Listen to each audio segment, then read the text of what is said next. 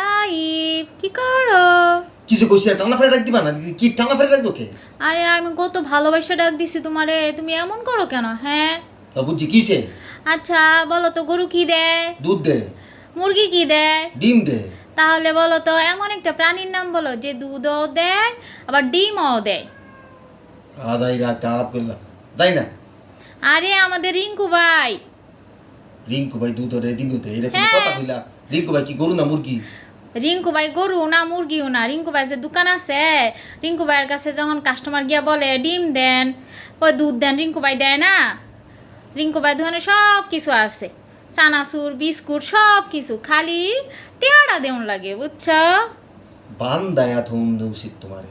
তোমারে ফ্রেমের মধ্যে বান দায়া ওয়ালো টাঙ্গায় থুন উচিত। হ্যাঁ আসলে টাঙায় থাকা উচিত, কারণ আমি কত জ্ঞানী। হ্যাঁ হ্যাঁ হ্যাঁ